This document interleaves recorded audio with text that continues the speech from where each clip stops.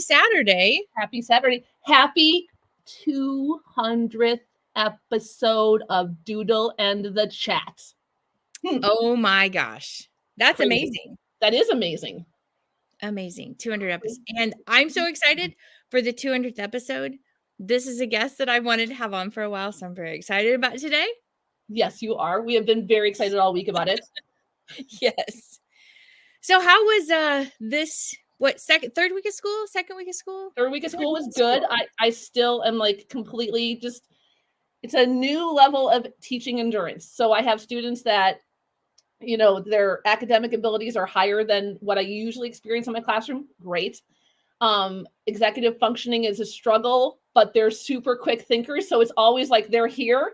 And then I have to go like pull them back and be like, we need to learn a routine.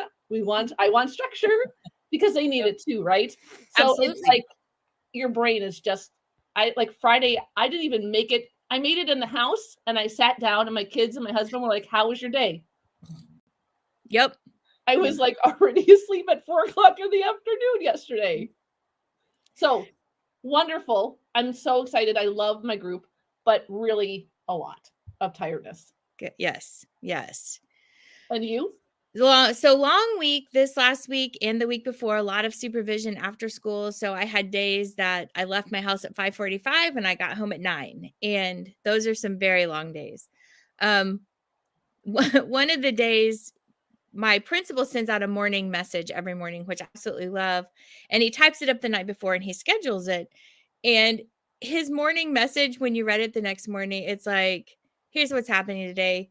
Guys, I ran out of words. So, like, he's like, I've just used all my words.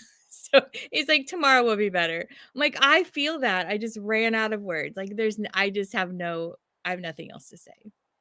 And but now it's Saturday. We're full of words. Lots of words, which is good because our guest today, like I said, so excited. So we know him from his coffee on the porch, airport eavesdropping, talks about his neighbors, fun stories about his students, and for the joy he brings to millions of followers as Gregism on TikTok.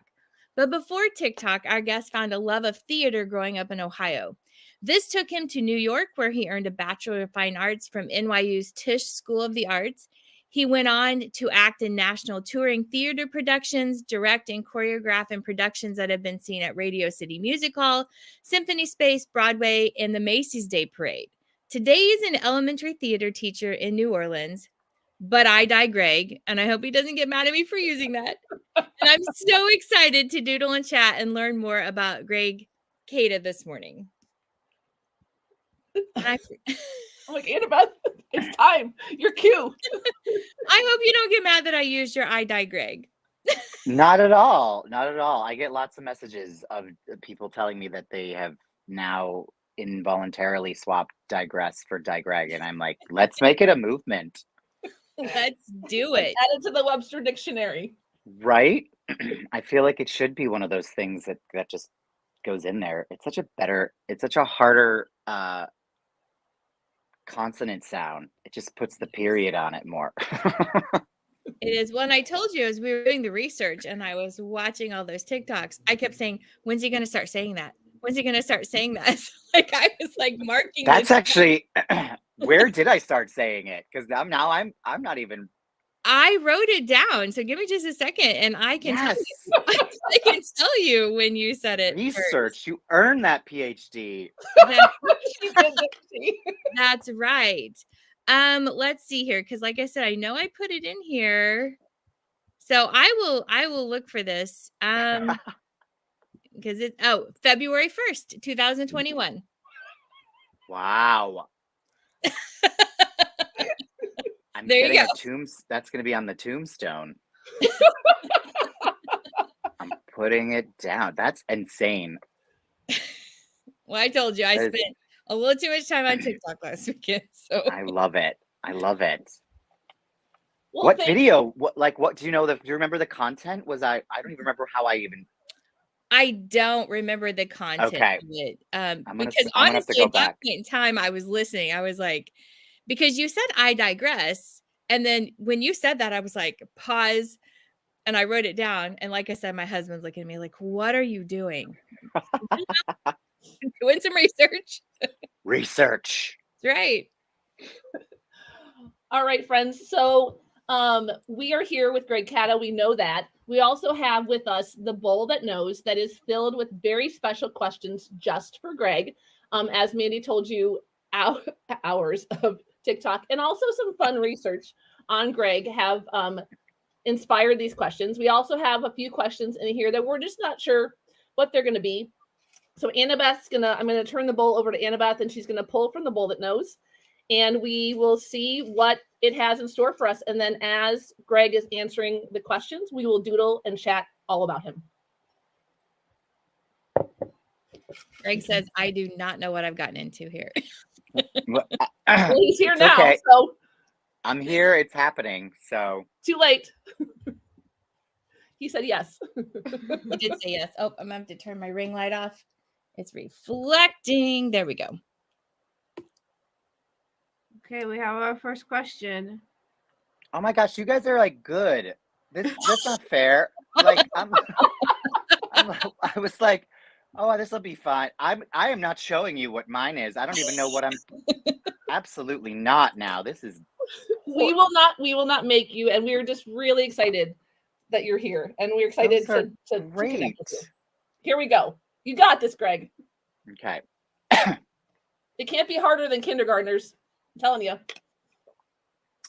In ketchup packets. Kindergartners saying, listen, I teach high school and they still sometimes ask me, they're like, can you open this? Like, you're in high school. Come on. Please tell me you don't. Well, sometimes I do. I'm like, yes. I would be like, you would have to have no arms for me to do that.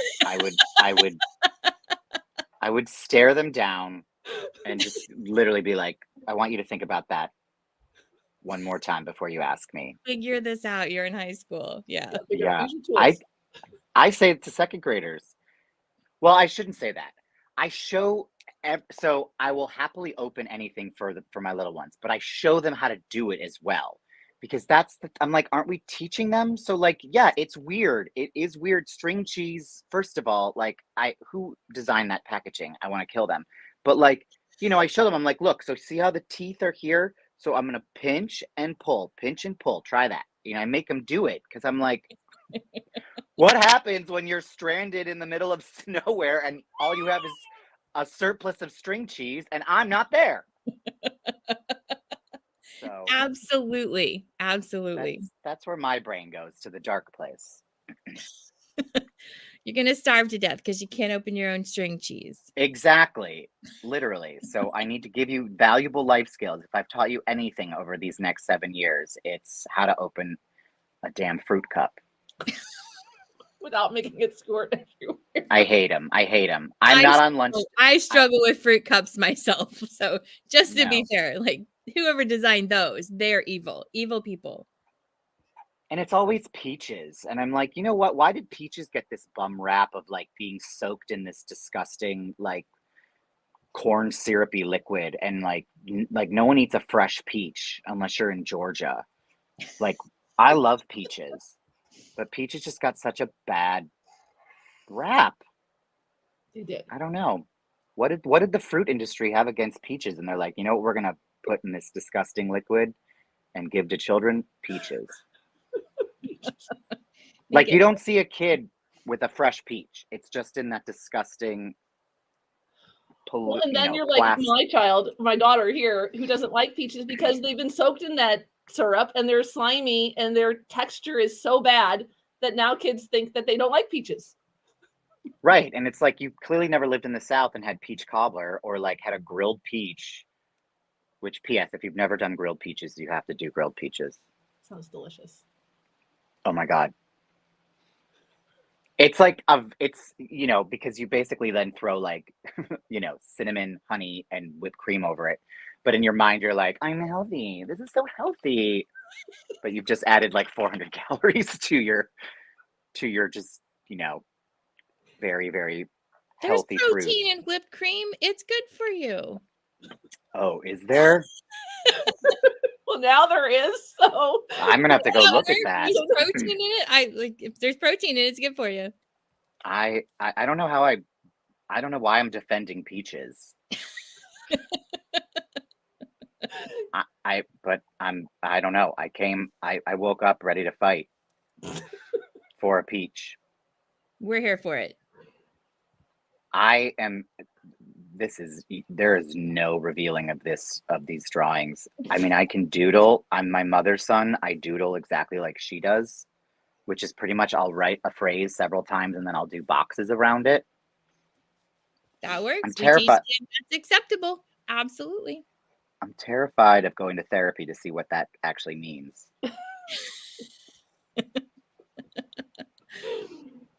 I'm sure that's a field now, right? Like a psychiatrist that like was an art teacher that then that just analyzes your art.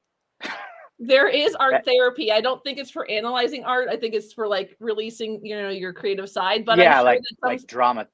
Yeah, no, I mean, like I'm thinking like a therapist that's like, let me psychoanalyze you based on your artistic drawings. We're gonna go back to childhood, and this means you hate your mother, and you're like, what? I was drawing a superhero. Well, nope. I get it. So I wouldn't want my art analyzed either. No, and I'm not even talking about like an art historian. I'm talking like your blurred lines mean that you have boundary issues or something, and you're like, or do I just suck at art? Stop. All right, so much fun, and we haven't even rolled into our first question yet. It's all right. I've got defending peaches like, and ketchup packets already. I'm good. Yep. 2 things I've never drawn: a spoon defending peaches and a ketchup packet talking. It's all good. All right, are we ready? We're ready. Okay. I'm ready. Tell us about the tradition of greasing a pole and what is the key to winning? Oh, Lord in heaven. We're just, hold on, I need to sip if we're going to go there. Wow. That's the first one. That was the first question. Way to go, Bull. Right? No time wasted. So New Orleans, I mean, I'm not from here, obviously. I'm not born here. New Orleans is a very, it's 300 plus years old, and it is a very tradition heavy city, which is one of the reasons I fell in love with it, because it's rare. It's very rare to find a city that has such a clear identity. And one of those traditions during Mardi Gras is called the greasing of the poles, in which case they grease the poles on Bourbon Street like with literal Vaseline so that people don't climb the balconies. That's why. I had all kinds of thoughts about why they were greasing poles.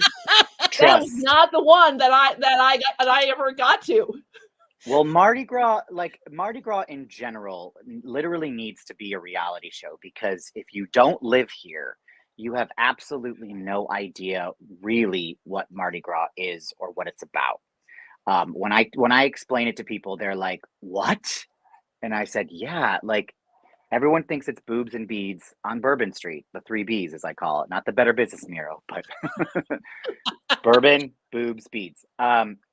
And that's what I thought it was. And then I moved here and realized, like, how tied into the Catholic Church it is. It is so it starts on, and then this is what also, this will make you feel dumb. So, you know the song, The 12 Days of Christmas? Yes. Did you think that was the 12 days leading up to Christmas? Yes. Yeah. Or Christmas was somewhere in between or something. I don't know. Nope. It's literally 12 days from Christmas to the Epiphany. Huh. It's the 12 days of Christmas. And the Epiphany, January 6th, is 12th night, and that's the start of Mardi Gras. Oh. I was 40, or 30 something. I was 37 when I moved here. I was 38 years old when I realized, wow, Greg, not the 12 days till Christmas. It's the 12 days of on the 12th day of Christmas idiots. Huh. We're all stupid. You have a PhD, and you have a PhD. You should feel the worst. I do. I'm I kidding. do. Wow. Listen, I was sitting here going, I at least knew what greasing the pole was. Like I knew kind of why that existed. So when you started, I was like, I knew that, and now I did not know that. So Yeah. So like Mardi Gras in itself is just like I said, should be like a whole, and that could be an hour and a half episode. I wanted to do a reality show of it, but I think I would be killed because there's so many secrets that some of these things people don't want out, and I'm like, not like like illegal things, but like just like questionable things, or anyway, I'm very much team Mardi Gras. It's my favorite time of year. And so the Royal Sonesta Hotel is sort of who started it, and that's right up there on Bourbon Street. And so every year they invite 4 local, I can't even use the word celebrities to come and be greasers, and you literally get a pole on bourbon, and you climb up a ladder, and they just give you a tube of Vaseline, and you go to town. But so, because I also have a terminal degree, I can't get a PhD in my field. And on the practical side, I can't, on the, I can do a study of theater, but I don't want to do that. I want to be in the trenches. So anyway, now I'm digressing. I'm sorry. I was researching for like months before, like what, because I didn't even know what it is. Because that's the other thing about New Orleans is there's all these traditions, but you don't know until you know. So like I was telling people that lived here their entire lives, like, oh, I'm doing greasing of the poles, and they're like, what's that? And I was like, how do you not know what this is? It's in its 50-something year. So I remember emailing the lady that was putting it on. I said I watched all these different YouTube videos from different years, and I was like, okay, so sometimes people would come out and do like a little performance and then go to their pole, and then there's years where people just, you announce them and they just went to their pole. So I was like, what do I do a little performance? Do I just go up? Like, what do I do? And she was like, oh, you can do whatever you want. And I was like, well, if you're giving me the option to perform, as a performer, I want to perform. Because I was like, look, I don't know if I'm good at greasing poles, but I know I can, perform. So I was like, what can I do that would be like a play on like, pole greasing, and so at first I was going to do a whole showgirls montage, but I said, that's just such an obscure movie. Like you have to really love either Saved by the Bell or just bad rated, It's so true. That's the reason why I watched it too. or a bad NC-17 films that are horribly misogynistic now. But I was like, that's too much. So then I was like, what's kind of in that world? So I just decided to do Flashdance. And I think the key to winning, because now, so I performed, one of my other fellow contestants had a thing, and she was a stand-up, so like the same idea. And now I have set the standard. So I went this year and I was like, oh, everybody did a performance. Funny. This girl had sparklers at the end. I was like, huh. Ha ha. So it has now been. Greg was the trendsetter. I absolutely started the trend because I said, look, no one knows you. It's all audience applause. No one knows who you are. You know what I mean? Like, and no one knows like what's a good greaser. And on top of it, it is a death trap because literally I almost fell off the ladder like 3 times. And I was like, I didn't sign a release form here. So you guys need to get that in there somehow. Otherwise, you're going to have a lawsuit. But anyway, be fun, be funny, put on a show. Is what I would say. Anything you can do. I had confetti, like go to town. People love a fun performance. So yeah, that was fun this year to That's watch awesome. them. Oh, Yeah, I It was think they're fun gonna to watch yours too. Yours was really good. Well, I mean, it was crazy. You know, but it was very fun. It was very fun. I left it too early because I just was like, I don't like being in a crop top when it's also like 40 degrees out. So I ended my number a little early, but it was still fine. Very fun. I butchered my ladder. That's okay. Yeah, mine only has one side. It's okay too. Oh my gosh. I'm not even like looking. I love that it's like as it's going. Oh, that's so cool. I think we're ready for another one. Okay. I almost called you Lindsay because Lindsay's here with us. She's watching. Thank you so much, Lindsay, for being here. Hi, Lindsay.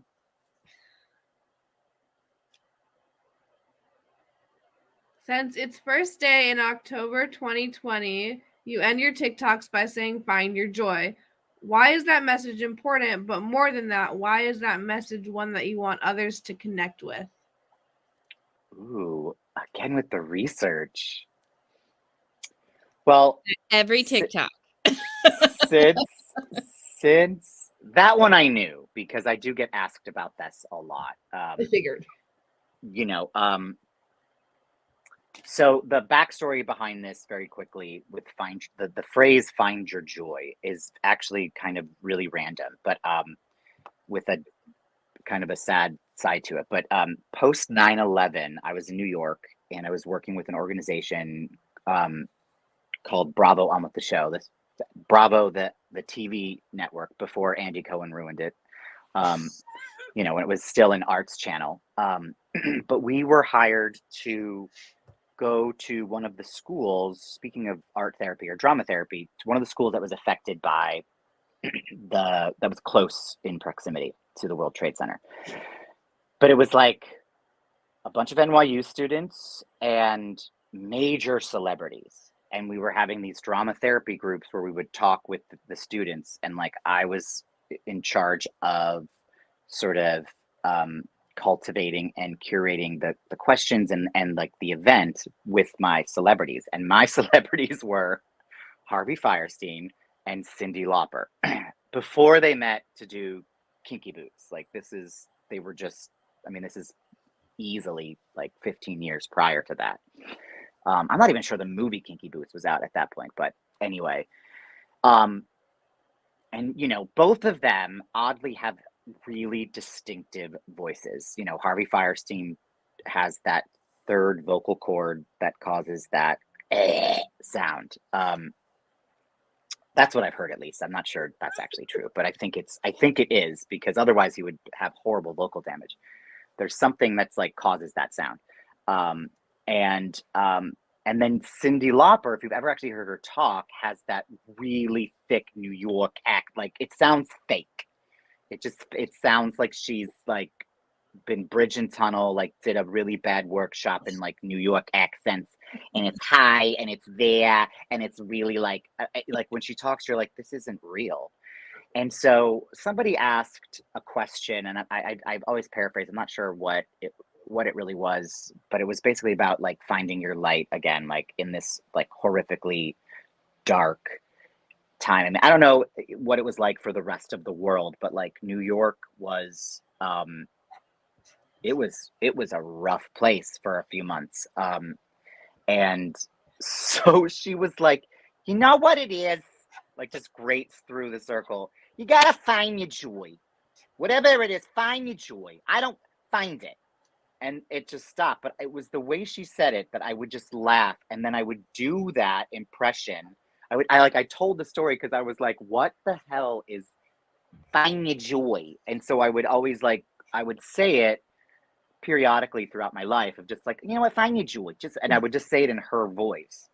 And you know, the video where I say it in TikTok it was the pandemic, the world was going to shit, and we were all like clinging to any sort of joy that we could get.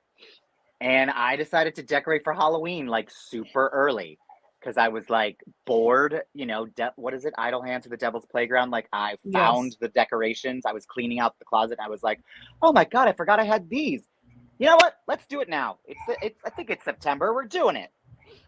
And I went to town, and my neighbor walked by and basically made a comment and said, like, it's a little early for that, isn't it? And I was like, you know what?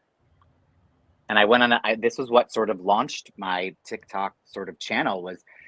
It was my first major viral video where I was like, you know what, girl? I don't care if you want to put Santa up right now. If the world is going to crap, find your joy.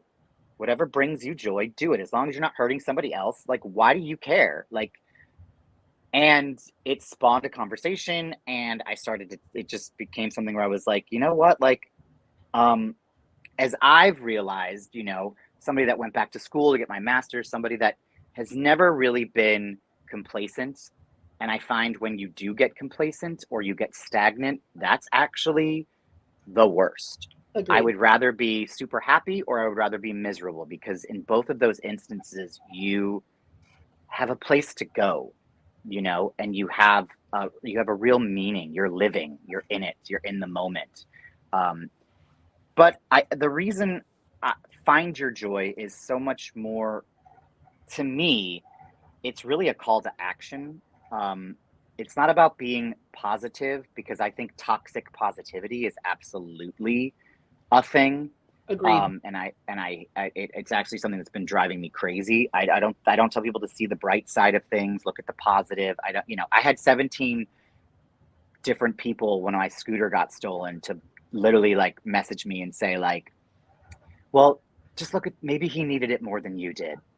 And I was like, what? No. I was like, don't give me that Jean Valjean excuse. Absolutely not. I don't try to justify the thievery. Again, digressing. But so it's not about like being joyful or being whatever. It's really about being an active participant in your life. It's about the fact that joy is not going to always come to you. It's not always going to be I joke and say it's not Amazon Prime and it's not going to show up in 2 days. You have to be active in it. So you have to be someone that cultivates it. You have to be seeking it. You have to be constantly, I think, reevaluating, does this bring me joy? And sometimes it's like in weird ways, like the power of saying no. That brings me some joy lately, of being like, no, I can't do that. And I don't want to do that. Yeah. So yeah, I mean, I think that's the thing. I get lots of messages of people telling me that, it helps them, but they're down, or advice. And I was just like, you don't really want my advice, because my advice is going to be a little tough lovey. It's going to be like, get off the couch, go outside, but think about it. And don't give me the excuses as to why you can't do what you want to do, because you only get one life. So figure it out, figure it out. So it's really trying to get people to, like I say, be active in the joy finding. I love it. And thank you, Cyndi Lauper. I had Cyndi Lauper posters on my walls growing up. I had her first cassette tape, and I listened to it all the time. I love her so much. I mean, I can take her or leave her, honestly. Like, I do like her song. Like, I like Girls Just Want to Have Fun. I like her True music. Colors, I love, obviously. Sure. I like that song from Goonies. But I can't stand that voice. I can't. Every time she talks, I'm like, I can't watch an interview with her. She seems bad. She seems badass though. Like, she did Cher's Kennedy Center honor or whatever. I'm like, you're awesome, I guess. So, you're love awesome, her, but I guess. You're awesome. I mean, clearly, but I mean, she always seemed to just go by her own beats and not really, have too much concern for anybody. And that I always admired about her. At least it looked like that from my teenage perspective. I think that's very true based on my limited interaction with her. 100%. I mean, she was rocking an outfit and just a dude that was just, she's very authentic. That's what I'll give her. It doesn't feel performative. It feels very much her, which is why I think it works. Yeah. Well, and she never tried to change her voice either, right? She just leans right into it. I don't even think she knows. And I may be the only one that hates it. I may be the only one that finds it like grating, where it's like, that's the one part of her that I'm like, that doesn't sound real. Like, that sounds manufactured. Like, not the singing voice, the speaking voice. Yeah. Yeah. It just sounds like if you Googled generic New York accent, it would be her reading you books on tape. Oh my gosh. But like Dr. Seuss, remedial, like, you know, now I don't want green eggs and ham, Sam, I am. Who's Sam? Who's Sam? Absolutely. This podcast has everything. Dr. Seuss, Peaches. You know, ketchup, you know? Mm-hmm. Polls. I mean, I love it. Okay, I'm literally behind on the doodling. I can't talk and doodle at the same time. I would actually say that Mandi and I can't either. The only reason we can doodle is because we're listening. So Yeah. Right. That's okay. I you know what I have to do is just like surrender to the circumstance and go like, you know what, this is, I'll talk. I don't have to look down. You got it. Sometimes it's I'm one of those people that, what is that saying? I live by it. Necessity is the mother of invention. Is that so? Like, I love a structure. Sometimes you just do it and then you figure it out. That's I like. I live by that philosophy. Like, just dive in. If you wait until it's all right, if it's all gonna planned out, it's never gonna happen. Yeah, you'll self-edit the hell out of it, and then you'll never do it. And I grew up on Schoolhouse Rock, so anytime somebody says that phrase, because it comes into my head a lot, the rocking chair pops into my mind. Mother necessity. Oh, I don't even know. The mother of necessity. There was that whole Schoolhouse Rock video, Mother Necessity, and she's in her rocking chair, and that's how all of these inventions came about. Yeah. Wow. I never did Schoolhouse Rock. I know the only reason I know the I'm just a Bill is from Reality Bites. Well, so it missed me. It missed me. I don't know why. Growing up, we lived in the country and we had 2 channels. And one channel on Saturday morning, you got Schoolhouse Rock. And so I know all of them. Oh. That's what we got. So I love it. I love I'm Just a Bill. And Me it teaches you stuff. It does. Yeah. The Great American Melting Pot. They got that song right. I love that song too. But isn't that like a controversial phrase now? We're not allowed to say melting pot. I think we aren't. Yeah. Probably. Why? I don't. No one ever told me why.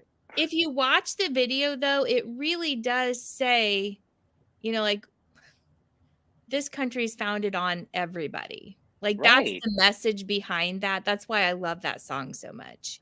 I still don't understand. Someone said to me, and I was like, but they couldn't explain either. And then I was like, does the fondue place get affected by that? Like, have they gone out of business because of this now cancelization? And then I realized we don't have one. We had 2 in New Orleans, and now they're gone. And I was like, canceled. Oh. Fondant. Cancel culture has come to the melting pot fondue place. I was like, that is insane to me. Fondant. Oh no. So I'm very curious as to why that is, because I don't understand. I'm always like, what are we canceling now? Okay. And most of it, I'm like, I'll get on board. I mean, I don't know how active I'll be in it, but like, okay. If other people have decided this because of whatever, okay. But that one, I was like, I'm trying to wrap my head around this. Like, what this wonderful sentiment of the fact that we are a mixture of all types of people. Like, what's the issue with that? Right. I just loved the message growing up. I thought it was a great message for me growing up. That I think it's important too, probably, absolutely, especially in your, like, being in where you're from and then where I'm from. Like, when you have demographics that don't actually look like a melting pot, it's important to understand that is, or that, you know, there is no diversity. It was, I mean, that was like first day at NYU, like my mind exploded. Yeah. Because I was at lunch in my program and there was every person, every religion, every race, and I'm not kidding, like every single one in my in an 18-person group and going, holy crap, the world is so much bigger than I thought it was. Yep. How many questions do you guys usually get through? Because I feel like I'm talking too much.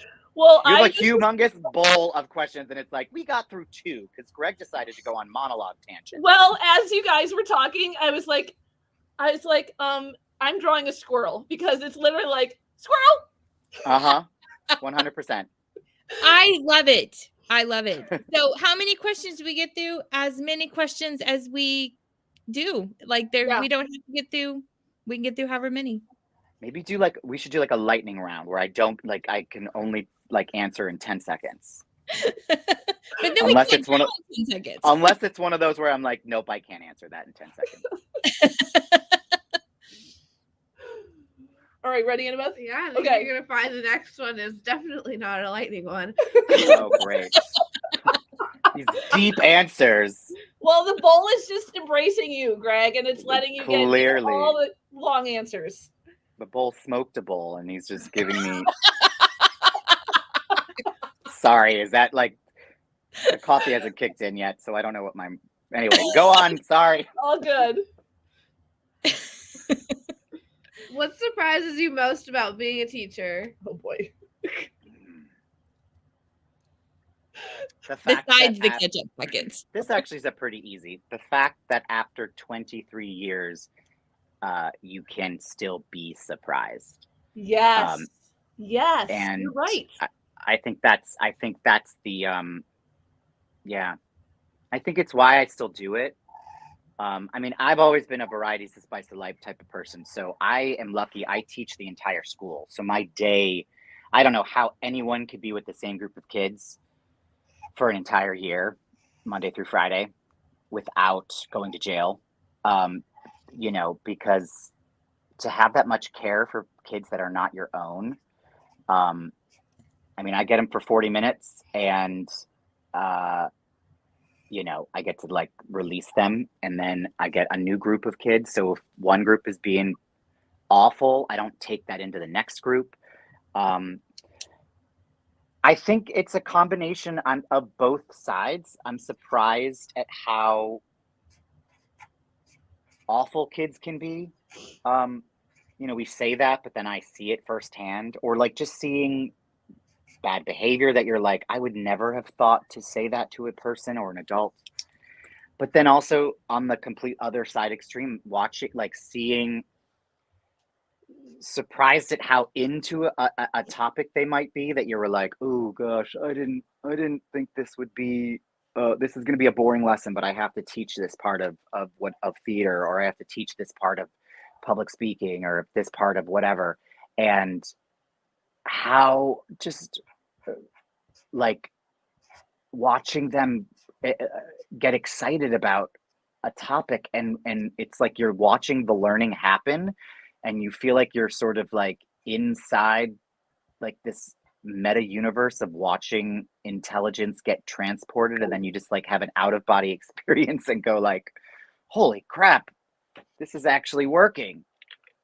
So yeah, it's just the fact that every day can be, you know, some days, I would say the majority of the days of teaching, and you both know this, are pretty boring, or not boring, non specifically amazing. They're just the day. Yeah. But then you have days that are either on, you know, on either spectrum of like major breakthrough days, and you just kind of go like, oh, it's working, or days where you're like, I don't know if I could ever look at that child in the face again without just saying something horrible to them.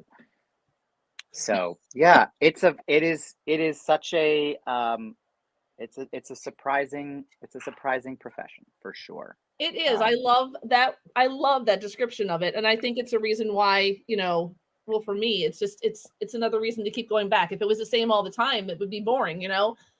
Well, it'd be like other jobs, you know. You're right, it would. And we wouldn't so be so tired.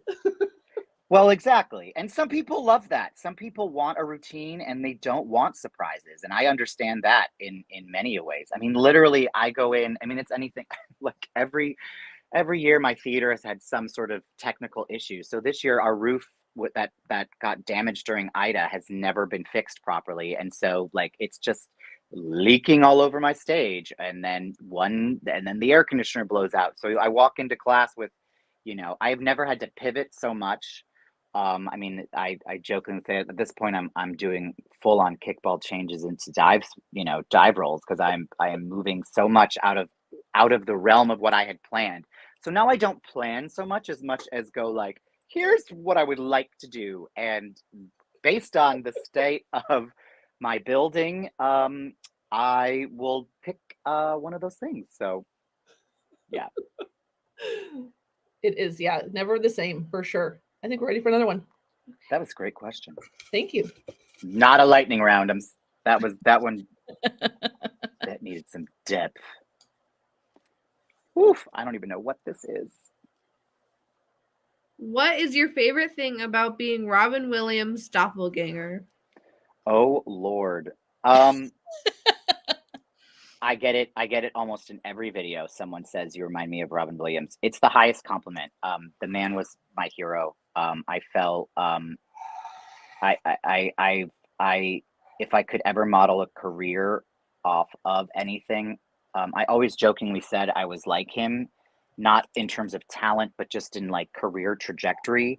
I wanted to be funny. I wanted to do movies like Fisher King. Or roles like that. I wanted to, not so much the schmaltzy stuff towards the end, but like I wanted to have a career of being able to play people. He played people. Yeah, you're right. He was very funny for sure, and I do love watching, and I get in Robin Williams kicks all the time. But I also was like, you know what, if I'm going to have major success, meaning like awards or whatever, it's going to come later in my life. It's going to be like Robin Williams. Robin Williams was nominated for like 4 Academy Awards in his like late 20s and early 30s and, didn't win. No one took him seriously. And then it was Good Will Hunting in 98.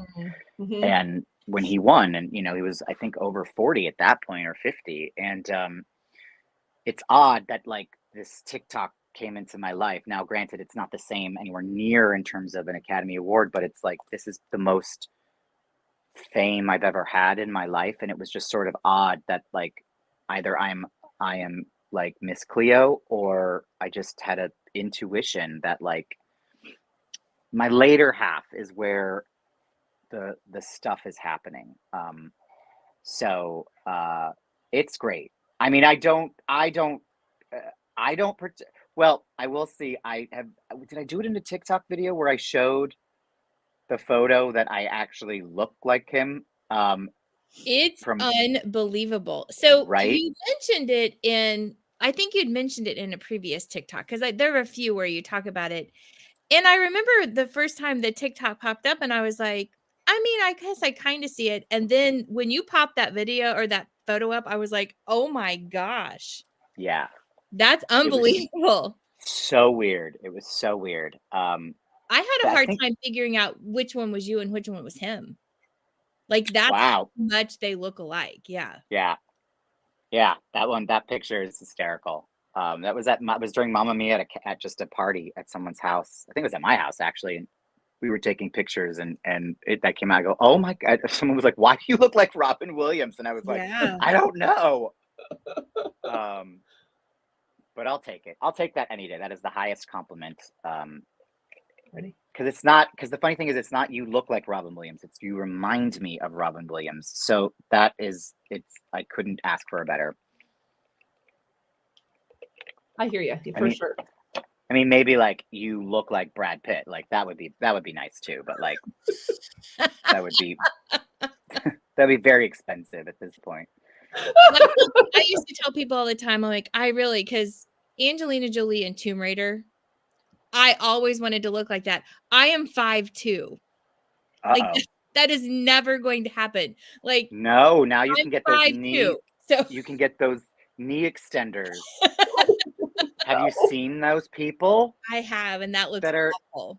oh my gosh. And this one girl did it and she's like, I'm in so much pain. I was like, yeah, because you're a freak. What are you doing? Of course it hurt. Yes. Yes. It's so yes. natural. You were the guinea pig for this horrible surgery that like doesn't work. Just get some stilts. Well, and so that movie Gattaca. So the first time I saw that, I was like, I love that movie. That was in that movie Gattaca, though, where he had his legs extended because he was Mhm. trying to impersonate the other guy. And the Mhm. first time I saw that in real life, I'm like, that happens? Like, I thought that was just a movie thing. Well, Okay. oddly enough, Piggy, squirreling off of that, I had that same, at least in Gattaca, they did that because my boyfriend and I just watched all the Mission Impossibles because we realized we hadn't seen them. And, you know, that 90% of those movies is them impersonating other people with those like weird face masks. But I was like, Tom Cruise is 5'2". He is so tiny. He's literally one of the shortest he's 5'7". He is so short.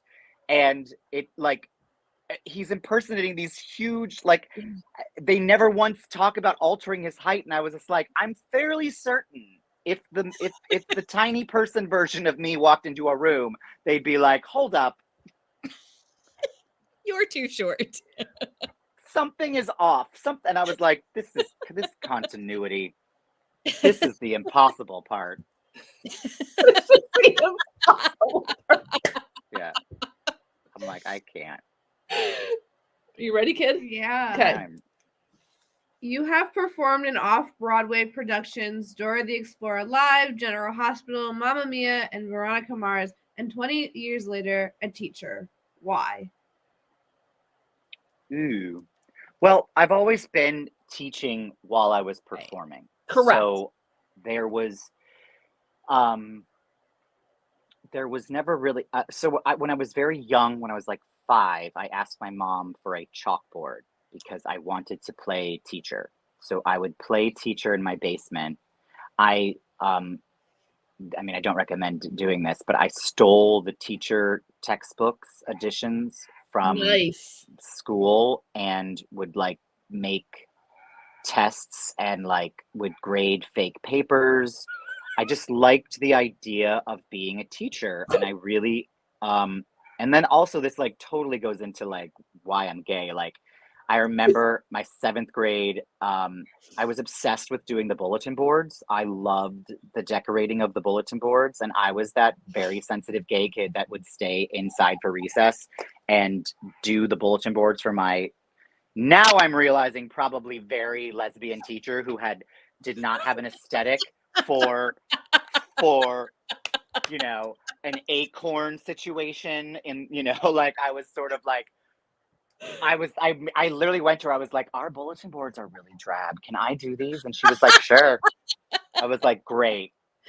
So you know, I think there's like so many layers of what attracted me to it, but what I realized is when I started really doing like individual coaching. So I was doing voice lessons and acting lessons and coaching and performance.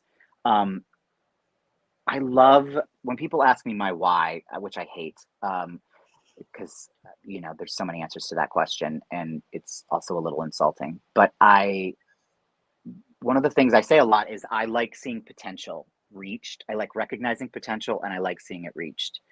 That's why and so I've always just been drawn to it, and I feel like I'm really good at sort of seeing I'm great at finding an underdog in a class.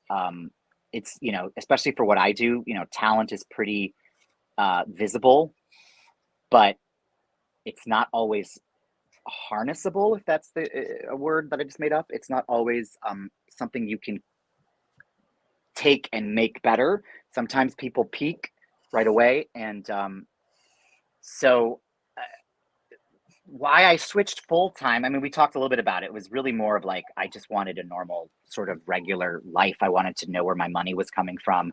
I wanted to have a job that had some flexibility to it. And, you know, what I really wanted to do, which is why I went back and got my master's, was I wanted to teach the college level. I wanted to teach at the university level, people that wanted to do this for their life, the rest of their life. I felt like I was really good at, and I do think I am really good at understanding the the business, the technical things of our business. You know, acting is not, I mean, if it looks easy, it's because these people have been trained and have a ridiculous understanding of how to bring about the world of another person. And I love that. I'm so interested in how we think about it, you know, and so that's you know, but getting hired in higher ed right now, I could probably book 4 Broadway shows. I could probably win that Academy Award before I would get a job at a university. If I had known it would be this difficult, I probably wouldn't have done it but I gotta say, it was a free degree at Tulane, so it's not like I went too all in, so I can't complain. But yeah, that's kind of it. I love that. And I would agree that that's one of the reasons why I love teaching too, is to really be able to see what's possible in students, and then even if they can't see it, and then help them get there for sure, whether it's, you know, acting or other things. I can deeply connect with that as well. And it's multi-layered now as well, because I work at a Catholic school. I mean, I work at a Jesuit Catholic school, and I do make the differentiation because the Jesuits are sort of the best Catholics out there in terms of they are open, they are liberal, they value intelligence over not over faith, but in cahoots with. They want you to be intellectually competent. They want you to question things. They want you to be curious about things. But they also are like, look, I mean, they're at the forefront of sort of bridging the gap between the Catholic Church and the LGBT community. There's a Jesuit that wrote a book literally called Bridging the Gap, how to bring these members back to the church. Because I think, you know, I don't think they would be bold enough to come out and say it, but I do believe that the hate the sin, not the sinner mentality is something that they just don't subscribe to. I do believe that they are on board with love is love. They believe the proof is coming out that it's biological and not a choice. And I think they realize if we constantly say that God doesn't make mistakes, then you're not a mistake. This is not a mistake. And, you know, I mean, they can't technically come out and say it because it would be going against sort of catechismal doctrine and whatnot. But it's a very accepting place. And for the most part, the community, you know, is pretty accepting. There are some awful bad seeds out there that just don't understand either the catechism or just are awful people that want to bring me down. So unfortunately, the Archdiocese does deal with a lot of complaints, none of which have anything with me being a teacher. It's all stuff that I either do outside or whatnot.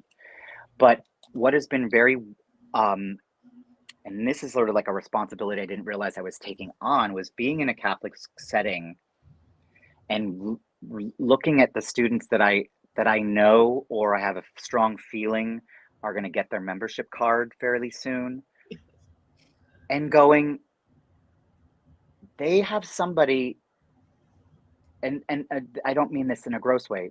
They have somebody like me though that they get to see. And by somebody like me, I don't mean somebody awesome or somebody whatever. I mean somebody that is living their authentic self, is open. I mean, I made that very clear when I took the job. I said, I will not go back into a closet. So I don't talk about my sexuality to children, but if somebody asks about my boyfriend, I will say yes, because that's no different than them asking you about your wife. That's no different than you asking about their husband. I don't lie to kids, but I don't offer, you know, my business is my business. You know, so, and they were totally on board with that. I mean, I don't know if they regret it. You know, my principal, God love her, she's amazing, but you know, she definitely has moments where she's like, there's some parents that didn't like that video. And I was like, great. I didn't like the rest of us like the video. You know, I'm not going to go write Cillian Murphy and be like, I didn't like this movie. Like, okay. And that was the first movie. I haven't even seen it. But yeah, that's like a responsibility I didn't realize I had. And it's kind of why, because I have some other teachers that are LGBTQ on the TikTok that I'm friends with that are like, you know, why aren't you using your platform to talk about don't say gay? And why aren't you using your platform? And I said, because I don't want to lose my job, not because I don't want to lose my job, but because I feel for that kid that doesn't get to have that connection anymore. And again, it's not like we talk about it. It's not like I am in there and, you know, I love that they think that we're indoctrinating kids and we're like recruiting. And I'm like, this isn't fucking Hogwarts. Like, I'm not like, you know, like I just, and I'm sorry. I sometimes I get the F-bombs fly out and I apologize.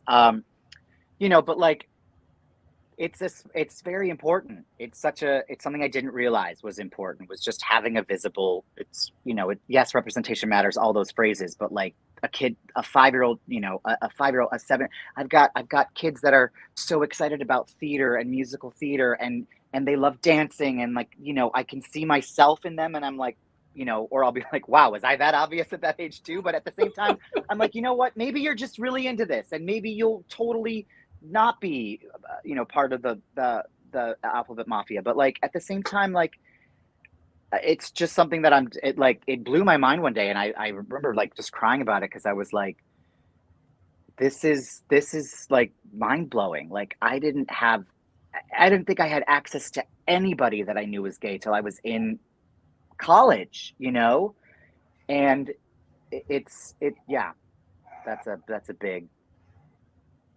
Again, 20 minutes later, I'm sorry. You're like, this bowl is like, oh my God. Do not apologize. We love every word of this. Seriously. Let's keep going. I'm here. Yeah, let's keep going. I finished it. I kicked it. It's kicked off. I don't know how long the show is, but let's do it. All right, you ready, kid? Yeah. It's a 2-parter. Let's do a 2-parter.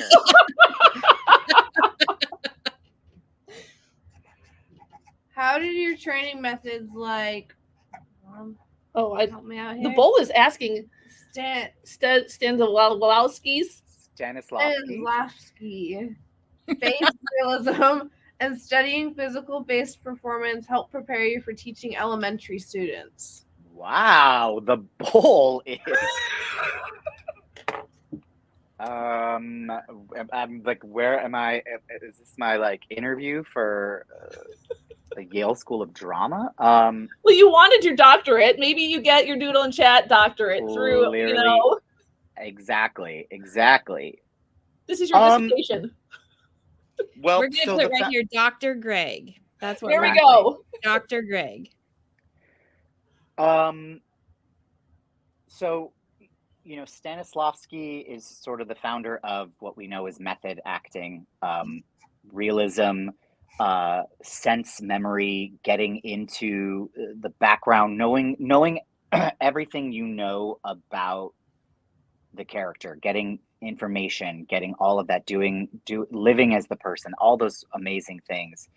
And then physical-based acting, which is the viewpoints training that I have from the experimental theater wing. They seem diametrically opposed, but I think they really complement each other. So from an actor's standpoint and whatnot, I love both of them because I use both of them. I do consider myself an outside-in actor, meaning I like to find the physical life of a character before I sort of dive into who they are as a person. But then there's been people where I'm like, I need to study the crap out of this. I need to really understand this from a cerebral level first before I can like go in and dive in with that. And oddly enough, where I feel like that has translated into like elementary school is understanding, especially these kids these days who have, I think, way more physical tics and physical sort of expressive with their, you know, I don't feel like they're as in control of their body, you know, with all the different spectrums that kids are on and whatnot. It sort of allows you to pivot, and it allows you to get to the root of the performance or what the goal is through several different avenues. So there are the kids that are super smart that don't feel comfortable in their bodies yet. So you kind of you kind of dive into those Stanislavski questions of like, well, how would your character walk? Or how do you think what's your character's favorite food? Or what's your character's birthday? Or what, or close your eyes and I want you to think of a birthday that your character had and see the presents and blah, blah, blah, blah, blah, blah. And then there's the kid that like can't think for 4 seconds without wanting to move. So you say, okay, well, how does your character move then? Or what would your character look like playing baseball? What would your character look like doing this physical activity? I love so it. You're using their isms, but still getting to the sort of results, and then that's the thing. I mean, when I would go on college interviews and they're like, what do you think the judge of a good program is? I said, it's graduating people that know what it is they do when they do it. Most people don't even know. They study all these techniques, but they have absolutely no idea, well, what works for me? Yeah, Meisner's amazing, but it doesn't do anything. It doesn't do shit for me. It doesn't help me get to the performance. That doesn't mean I'm a bad actor. And it doesn't mean that Meisner's an idiot. It means, hey, we shouldn't date. Right? Like, so it's one of those things that I sort of go like, the more we can understand that, like, you can't change innately who you are. You got to work with what you're given. So it again, not something that I like. When I like started on day one, I was like, how do I use all of my training? How does this translate to 4-year-old? Like, it just sort of happens, and you go, oh, Look okay, at that. yeah, like this is easily transferable. We love it. Deep question, Bull. We love that. That was insane. Are you? We're getting close to our hour mark. Are you okay with one more, Greg? I'm okay with as many more. I got nothing. This is all whatever y'all want. Well, I think we have room for like one more, maybe two, and then my paper is full of Greg isms. That's insane. Mine is not. I have peaches and I have these weird boxes. I love it. I love it. Mine's getting pretty full, so we're filling in the spaces now. I think we do one more and then let's do one more. What would you name your boat if you had one? And it ends like with completely random question. Absolutely not. We are not ending on that one. Because you're in charge here, right? I mean, sure. I hate boats, so this would never work. I like cruise ships, but I'm not a dinghy small boat person. Boat life is like my worst. I boat people. It's a culture I don't want to be a part of. I cancel it. Okay. I think that he told the bull what he thought of that question. And I did. I said, could do better, Bull. He schooled the bull. He did.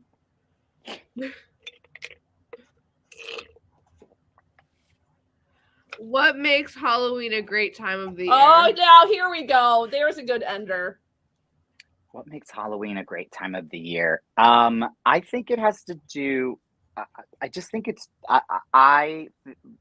tradition. I'm so glad Halloween is getting more love. I hate that it's kind of going the way of Christmas and becoming so commercial, and like the amount of crap you can buy, like the stuff at like that fact that Home Depot is getting into the Halloween game and they're like, we have $400 skeletons that are 20 feet tall you can put in your front yard. And I'm like, we don't need it. I'm glad you can afford that. But we don't. Where do you store that? I mean, who has a 20-foot ceiling? Right. Where do you put that? Like, I'm like, I love it. I think it's tradition. I mean, New Orleans, again, different worlds. We dress up 900 times throughout the year. I mean, so we have costume closets. That is a very like real part of, which is why, again, I love living here, because you dress up as an adult constantly, and nobody's like, I could do it today and people wouldn't be like, whoa. It would be like, yep, it's New Orleans. No one would even bat an eye. It's just like part of like, what are we dressing up for this time? So I just love the spookiness of it. I love horror movies. Me too. In my undergrad, I studied my minor was film studies with a a specification in teen horror, which sort of ruined the fun of horror movies for me, because now all I do is psychoanalyze horror movies when I watch them, which is why I can watch some of these modern ones, because they're just all about the jump scare. But I just, yeah, it's everything. It's the childlike innocence of trick or treat. I love being the house on the block that does the full size candy bars, because I remember the house on my block that did it, and like how memorable that was. I love handing it. I love seeing what the kids wear. But then I love dressing up. I like having, fun pun costumes, or like whatever. I like making my partner pair up with me. We did Up last year, so he was Russell both times. I did Carl one time, and then I did Kevin. I found this, I just got a blue lycra bodysuit, and then I found a floaty, and I just put it around me, and was that peacock looking bird. People were freaking out. They loved it. I was like, this is the easiest Kevin. costume I've ever made. I love Up. Up is my favorite Pixar movie by far. I've never cried so hard Right. in the first 10 minutes of a movie since Bambi. Totally. Yeah, it's just it's magical. It's non-religious, so it doesn't segregate anybody. It doesn't have a I mean, I know it technically probably is sort of religious, but it's, in terms of what we celebrate now, it doesn't really tie into any of that. But anything that brings people together. I feel like Halloween, you don't have there's not a lot of negativity around it, right? Like, even though it's scary and whatnot, or whatever it is, like, people are happy, I guess. If they're not stressed about money because they haven't spent a fortune on Christmas gifts. Like, I don't know. It just, True. as I get, everyone's just like, oh, let's go get a pumpkin and let's carve it, and let's go, let's go get a bag of candy and hand it out to kids, and just be, it's like a micro fish of just like your life. You just, every time you see a trick-or-treater, it just reminds you of like, oh, like when you were a kid, and then all that kind of stuff. So I don't know. I haven't always loved Halloween. I think especially as an adult, because I always would freak out about what I would be, and all of that, and I'm sure there's a therapist that could analyze that, but yeah, you can bring your drawings with you when he does that. I will. That's, yeah, sure. I probably could talk for 20 more minutes. I'm so sorry. You're like, we need you to go. No, we're all good. But we're going to go ahead and zoom in on each of our Doodle and Chat, so Greg can take a look at them, and everybody else can too.